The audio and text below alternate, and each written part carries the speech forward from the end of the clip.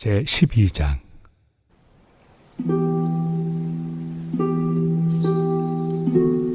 그러므로 형제들아, 내가 하나님의 모든 자비하심으로 너희를 권하노니 너희 몸을 하나님이 기뻐하시는 거룩한 산 제물로 드리라. 이는 너희가 드릴 영적 예배니라. 너희는 이 세대를 본받지 말고 오직 마음을 새롭게 함으로 변화를 받아 하나님의 선하시고 기뻐하시고 온전하신 뜻이 무엇인지 분별하도록 하라. 내게 주신 은혜로 말미암아 너희 각 사람에게 말하노니 마땅히 생각할 그 이상의 생각을 품지 말고 오직 하나님께서 각 사람에게 나누어 주신 믿음의 분량대로 지혜롭게 생각하라. 우리가 한 몸에 많은 지체를 가졌으나 모든 지체가 같은 기능을 가진 것이 아니니 이와 같이 우리 많은 사람이 그리스도 안에서 한 몸이 되어 서로 지체가 되었느니라.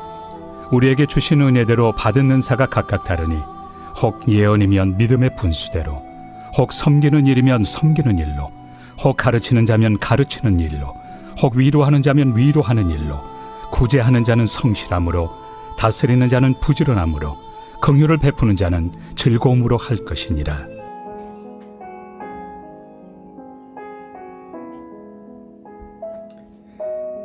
성도가 하나님을 예배하는 것은 대속을 받아 새 생명을 얻게 된 자로서 당연한 의무가 되죠. 성도는 자신의 생명과 삶이 하나님의 것임을 인정해야 되기 때문에 예배하는 겁니다. 자신을 부인하고 하나님의 주권을 인정하는 이런 진정한 예배자의 자세를 깨달아서 이 올바른 온전한 예배자들이 우리가 되어야 되겠죠. 바울은 예수님에 의해서 구원받은 자들이 지켜야 될 이 대원칙을 갖다가 오늘 선언하고 있습니다. 첫 번째 원칙은 바로 우리 몸을 하나님이 기뻐하시는 산 제물로 드리는 것이죠. 바울은 우리가 하나님의 자비를 경험했다면 이 몸에 대한 권리는 하나님께 바쳐야 된다. 그러니까 곧 우리 자신을 제물로 드려야 된다라고 가르칩니다. 자, 이것은 제단에서 피를 흘리는 제물이 아니라 살아있는 제물로서 하나님이 기뻐하시는 향기로운 냄새를 세상에 풍겨야 한다라는 그런 뜻이죠. 다음으로는 타락한 세상의 가치관에 따르지 말고 하나님의 뜻을 따르는 것에 있습니다. 자, 그런데 이를 위해서는 반드시 변화가 따라야 되는 거죠. 어떤 겉모습의 변화가 아니라 이 안에서 밖으로 향하는 완전한 변화이기 때문에 뭐라고 합니까? 마음을 새롭게 해야 된다라고 말을 하고 있죠. 이런 변화는 하나님과 이 친밀한 교제가 전제되지 않는다면 불가능한 일이 되는 거죠. 자, 개인의 차원에서는 우리들이 거룩한 산 제물이 되어야 한다면 이제 공동체의 차원에서는 우리가 한 몸을 또한 이뤄야 되는 거예요. 우선 바울은 마땅히 생각할 그 이상의 생각을 품지 말라라고 경고를 해요. 자, 이것은 각자 믿음의 분량과 은사가 다르다라는 것을 인정하고 이 자기에게 맡겨진 범위 바깥으로 나가서 다른 이들을 함부로 판단하지 말라라는 그런 뜻이 있습니다. 바울은 우리 한 몸에 다른 기능들을 가진 여러 지체가 있는 것처럼 이 다양한 사람들이 그리스도 안에서 한 몸이 되었다라고 가르쳐주고 있죠. 이 사실 서로 다른 사람들이 한 자리에 모여서 교제하는 것 자체가 상당히 많은 노력이 필요하기 때문에 이 교회 생활이 힘들다라고 느끼는 분들도 꽤 있습니다. 그러나 과연 우리가 초대교회 당시의 유대인과 이방인이 함께 모인 공동체만큼이나 서로 다른 사람들일까요? 그렇지는 않죠. 사실은 거듭난 사람이라면 그리스도 안에 있는 모든 사람들 우리가 좀 더 용납하고 좀 품어주고 사랑해주고 이해해 주어야 되는 거죠.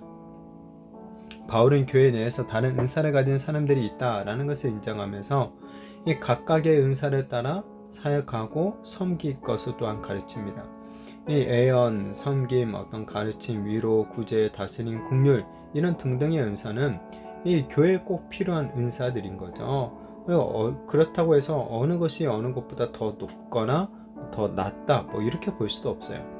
그냥 몸에 우리 장기들이 서로 다른 역할을 하고 있잖아요. 근데 이걸 갖다 이게 더 중요하고 저게 덜 중요하다 우리가 그렇게 함부로 말할 수가 없는 거죠. 자, 이런 것처럼 다른 은사를 가진 사람들이 그리스도 안에서 한 몸이 되어 섬기는 것이 바로 하나님의 뜻이다 라는 거예요. 하나님은 결코 타고난 한 사람만으로 교회를 세우지는 않죠.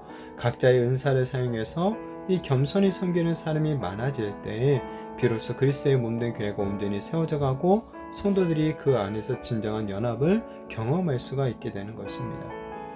이 하나님이 내게 교회를 세우기 위해서 주신 은사는 무엇인지 우리 자신을 살펴봐야 되는 거죠. 그리고 그 은사를 통해 교회에 어떤 유익을 끼치고 있는지 우리가 다시 한번 우리 자신들을 돌아보게 되기를 바랍니다. 그리고 우리가 서로의 다름을 인정하고 그 다른 은사들은 하나가 되는데 우리가 힘쓰기를